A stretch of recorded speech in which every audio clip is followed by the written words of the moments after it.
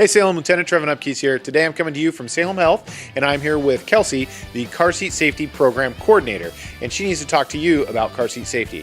Kelsey, do you have any tips for us? I do.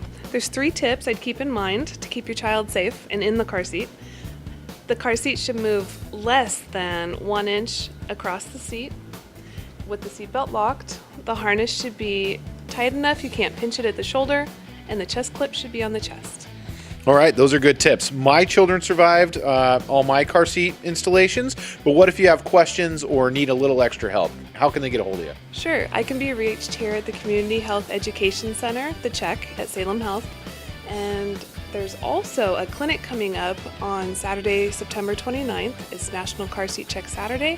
You can drop in between 12 and 2 for a free car seat check. And with that, we're done in 1.